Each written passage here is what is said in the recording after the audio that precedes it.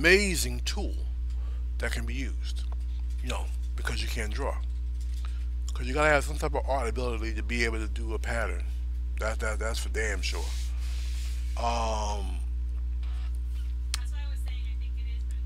but it's also hard because you gotta take and glue together all these little tiny pieces in some of these, some of those files to make a helmet or make part of a suit. So you actually end up, in my opinion, doing more work with a PEP file than doing your own freehand patterns. Um, that's one kind of dissad. A second one is scale. It is a bitch and a half to get that thing scaled right to fit you. And think about it, that's just you. So imagine you're building a piece for a client. If they don't send you a duct tape dress form of their body, you will have no way of knowing. They can tell you how long their arm is and everything, or how tall they are, but everybody's body parts are a little bit different.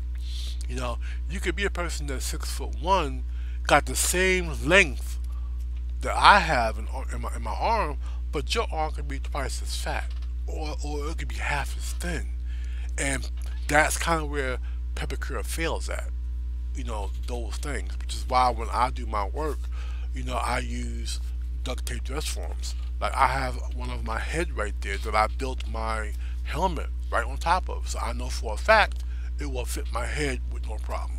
When I do masks for my clients, I have them send me a duct tape dress form of their face. If it's a gauntlet for their arm, I have them send me a dress form of their arm. If it's a full body suit, they're going to send me a full body duct tape dress form suit. It's very, very important because when you're dealing with stuff like foam, that's not flat. This is not thin. This has dimension to it. As you bend that foam to get some curves, the foam, in my opinion, kind of shrinks. It I don't know how to really better say it, but you kind of lose some of that real estate when you go to actually do a bend. It'll end up being a little bit smaller than it should be. So that being the case, when you do your patterns, you have to kind of allow for that loss. So I'll first do my drawings the size it should be, and then I'll think, okay, I'm working with half an inch foam, so I'm going to make sure that I draw it a half an inch longer or wider. That way, when I do that bend, it's going to shrink up, but it's going to hit the actual mark it needs to hit. And you can't do that properly without that duct tape dress form of that client's body. You know, it's just a smart way to go. When people in Hollywood, the big boys, when they do life casts of that person's body, and then they build the armor on top of that. That's just to make sure that it's going to fit that actor or that stunt double, whoever's going to be in their suit. So I try to follow the big boys with some of their techniques and their steps and stuff. And it benefits my work tremendously because I'm doing it the right way. Alright, now to flip this over for this side, and then I'll go ahead and use my blade once again to cut into it, and then my heat gun to go over it. And like I said, the process, it will actually open up the lines, giving you an amazing engraved look with half the time.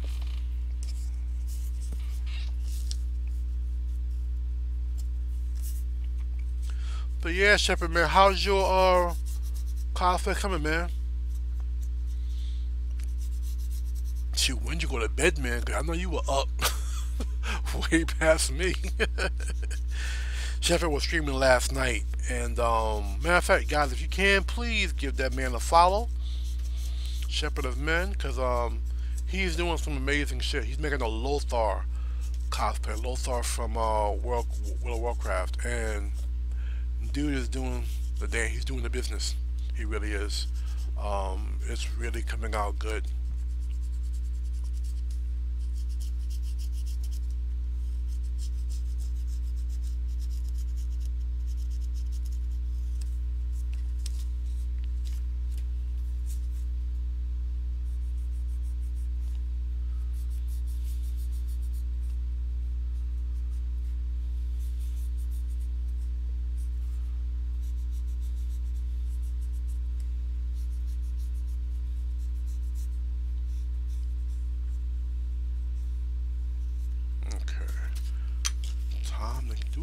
engraving. So like I was saying, I still gotta do another section um, on these boots, and then I have to sculpt all the horns. It's gonna be a lot of sanding. I think for that one I actually will wear my mask, just because of the sheer amount of sanding I'm gonna have to do. Because I have to actually sculpt down the foam.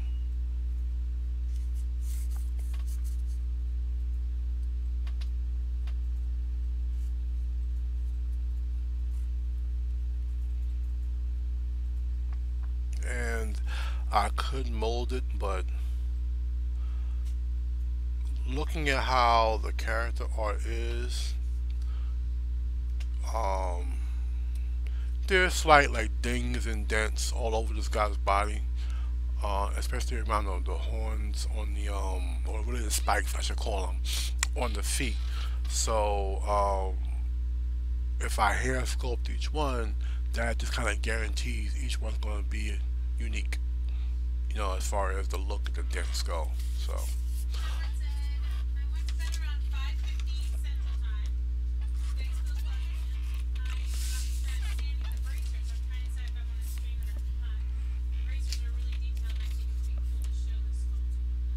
Yeah, man, I would definitely stream that because it just shows people that you can get great control out of a Dremel or hand sander, however you're going to do it. Me, it would definitely be Dremel, you know, and I would probably use. Oh, that's right. I'm glad you're in the stream. I'm gonna show you something. This is my polishing tip that I use. One of my medium-sized ones. I have a thicker one and a thinner one too. What I did was, you know how when you buy your actual Dremel kit and you get your sanding drum heads and whatnot and some extras, you will get one or two sanding drum tips to where that drum itself is actually a solid piece. Take that, take your Dremel, give it a big rock, put that into your Dremel, and you lay this bad boy against that rock, and you wear down that sandpaper until it flies off. Once it flies off, what you have left is just a solid center core. Put this bad boy in your Dremel. When you gotta smooth something out, you will get an ultra smooth surface like that. It's a really, really good tip when you gotta get something smooth. So that's the thing I wanted to remember to tell you about. It's a really, really good way to get a polishing tip. That's just amazing.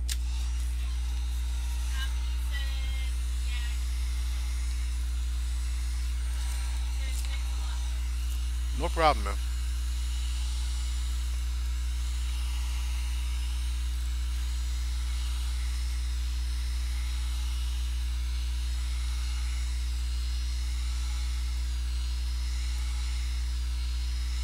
So I'm just waving it back and forth, taking my time, keeping the heat gun moving, because if I don't, it will burn the hell out the phone.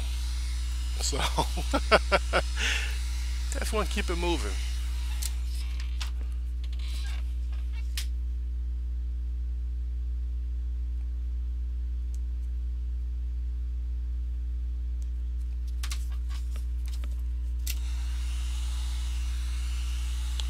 You know, but as you can see,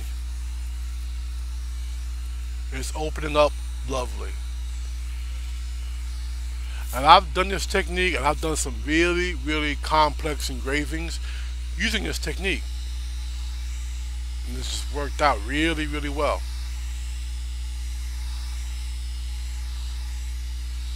Like I said, just remember that you don't go too deep in your foam when you do this. You know, about 1/16 of an inch is good. Sometimes the eighth, if you want to go a little bit deeper.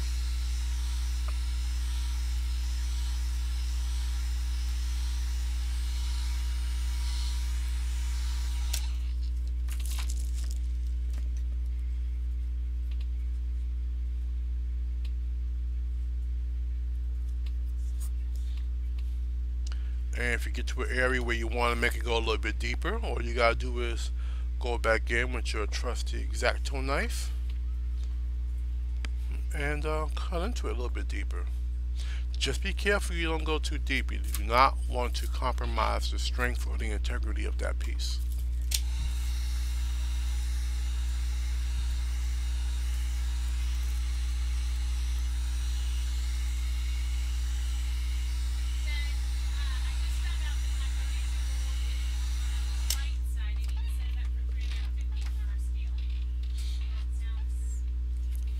Ah, okay.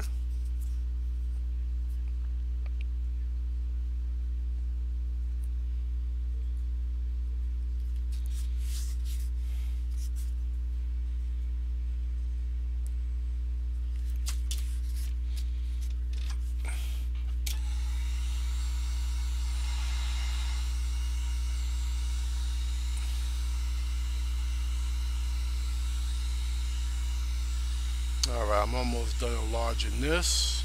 Opening up the engraving. Then I'm gonna go ahead and do my bend. And after the bend, I'll hit the entire, well, I'll hit all of this with my Dremel and get that smoothed out. And then like I did with the other one, I'll get my hand sandpaper and my Sharpie marker, and then I'll get up in here.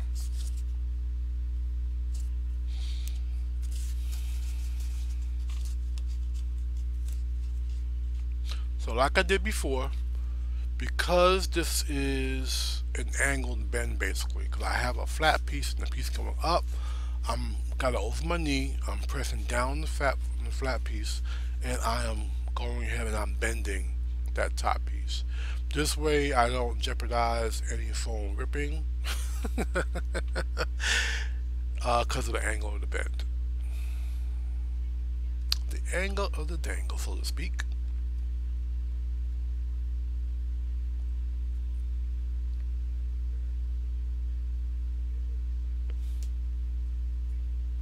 So I really cannot wait to be able to just stomp around in this outfit. It's going to be amazing.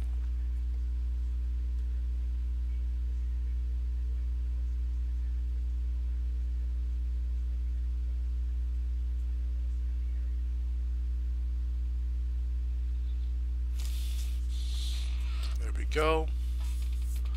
That slight bend, that good. Alright, so next I have to just simply hit the outside real quick with my Dremel.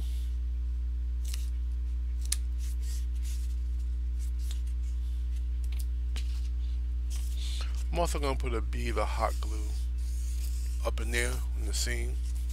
As you guys know, I always do that